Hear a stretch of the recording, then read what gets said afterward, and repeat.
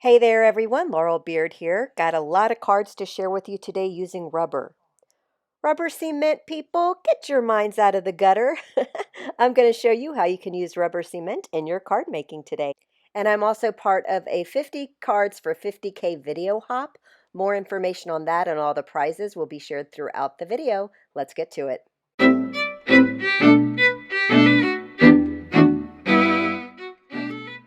So I'm going to be using some various stencils that I have in my stash and also some rubber cement from Elmer's.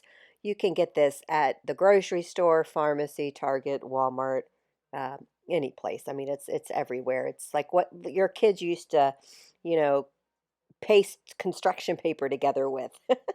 So here I am just applying a thick coating of that rubber cement through the stencil.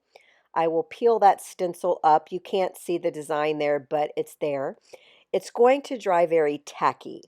So it did take, this is not a masking fluid designed simply for masking. So this is going to take longer to dry than traditional masking fluids, but this is something that's very inexpensive and that if you have young kids, you might already have it. I also took that first stencil and tried to press some of the leftover cement onto a piece of cardstock there to see what print we would get. Here I am doing the same thing through another type of stencil. All this paper that I am using is uh, it's a mixed media paper, but that works also for watercoloring. And here I am just doing a little bit of partial masking there with the rubber cement. And you can also do a lot of freehand designs. I think here I'm writing the word hey. This is not going to turn out pretty, full disclosure, but you can write with it. If you had like a silicone tip pen or something, you could probably do calligraphy if you wanted, but I don't know how to do any of that. Here I am just freehanding it, adding stripes, doodads. This is some little thing from Faber-Castell I've had forever. It makes like textures and stuff. It works with gelatos and paint and stuff, so I thought we would try to create some texture with the rubber cement. Now you have to let it dry. That's the key. Dry, dry, dry. And it is going to be tacky to the touch. But once it's dry, you can go in and add whatever medium you want to work with. The first panel, I'm just going to do some watercolors. I had them sitting out on my desk. I'm applying a clean wash of water and then I'm just going to drop in some color. So all the areas that have the rubber cement, it is actually going to reject the watercolor. It works as a resist, if you will. So I'm able to create patterns, but all that rubber cement is going to keep it from seeping underneath. And then we'll have to let this dry, and then I'll show you how to remove the rubber cement when we're done. Now, again, this is a great substitute to traditional masking fluids, which are stinky and expensive, but those probably work quicker, whereas the rubber cement, you have to let it dry and whatever, but there's no harsh smell or anything like that. Here I am just, again, adding a wash of watercolor, and it's fun to see what designs appear because, quite frankly, because the rubber cement is clear, I really didn't know what I was doing. I couldn't tell what pattern I was putting down. This is actually going to turn out to be my favorite card. This is where I just did a little bit of partial stenciling with the rubber cement, where I applied the rubber cement just through a little tiny bit of the stencil in the corner there. And this is some Nuvo Shimmer powder.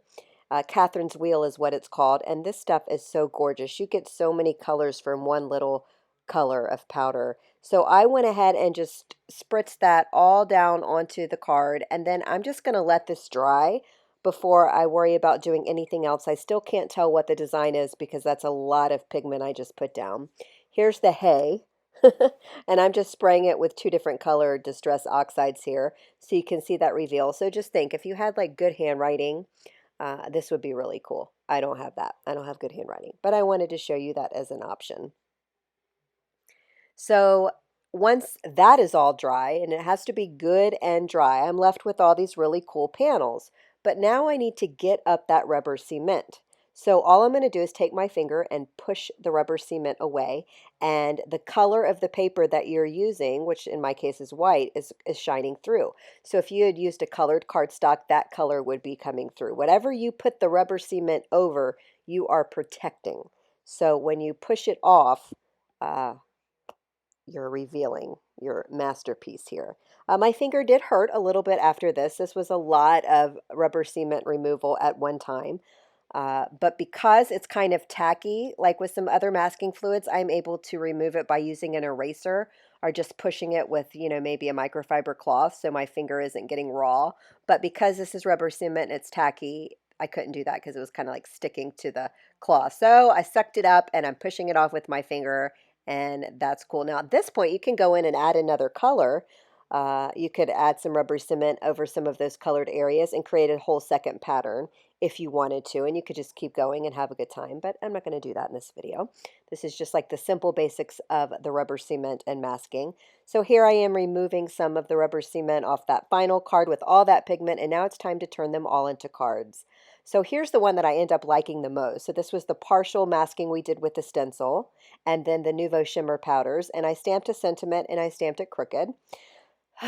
So I'm going to go re-stamp that onto, so anytime I stamp a messed up a sentiment, hello black cardstock and white embossing powder, and I'm just going to cover that up and no one will know the difference. Now again, I did trim all these panels down. If you have die cuts or big word dies or anything like that, these are great bases you can use as well for your die cutting. But I just wanted to keep this simple to show that the rubber cement and whatever medium you're using, now it could be anything, watercolor, markers, whatever floats your boat, right? Whatever. I just kind of used what was laying around my craft area.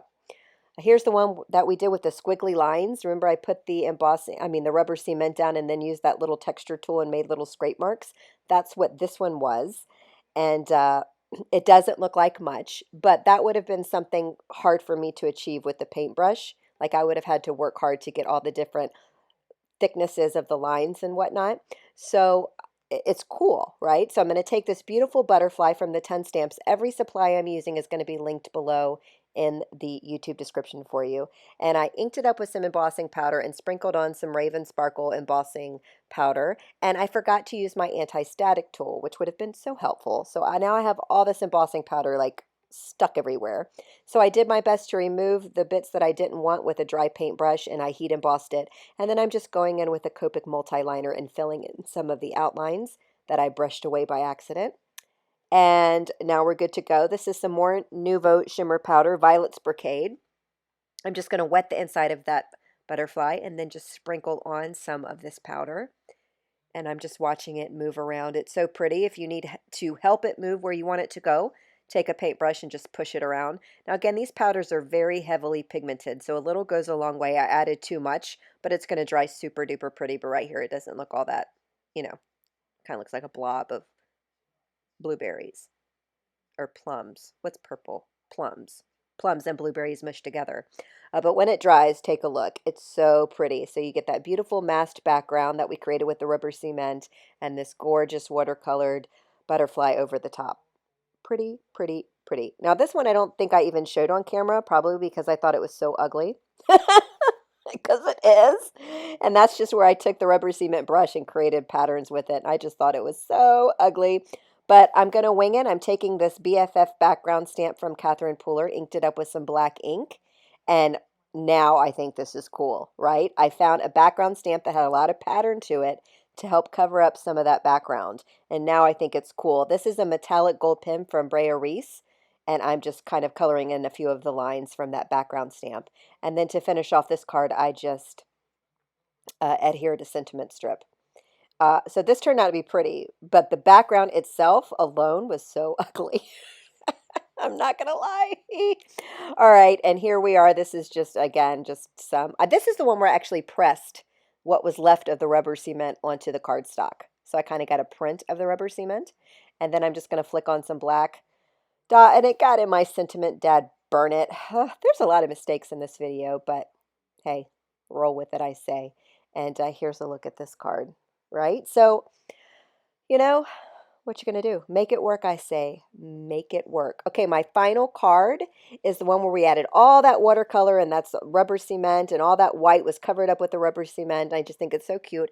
And for some reason, I'm thinking coffee at this point for the final card, probably because I was tired at this point after doing all of this. And it's also a lot of waiting because you have to wait for the rubber cement to dry, then you have to wait for the watercolor, whatever medium you're using, to dry. But look how many cards I got done, right? I got all these cards for all these different occasions. So this is a stamp set from Ellen Hutson. It's so cute. I'm using my Misty stamping tool because I want perfect stamping, because clearly, as you saw before, I cannot stamp sentiments straight at all. And so I'm just using my Misty, and I'm using some black ink and just stamping this fun little latte image and this hilarious sentiment. A day without coffee is like whatever. Like, just kidding. I mean, like, why would I know that, right? Why would any of you know that? So, a bunch of cards, right? Rubber cement, use whatever medium, paint, crayon, whatever you want, and create all these cards and get these really cool backgrounds. And the fun part is, because you're making such cool backgrounds, you don't have to too much to tie your card together, because after all that work, you want the backgrounds of your cards to be the focal point. Am I right? I'm right. So as I mentioned throughout this video, I am part of a 50 cards for 50K video hop hosted by my pal Justine Hovey. She has reached over 50K by the time this hop goes live. Congratulations, my friend.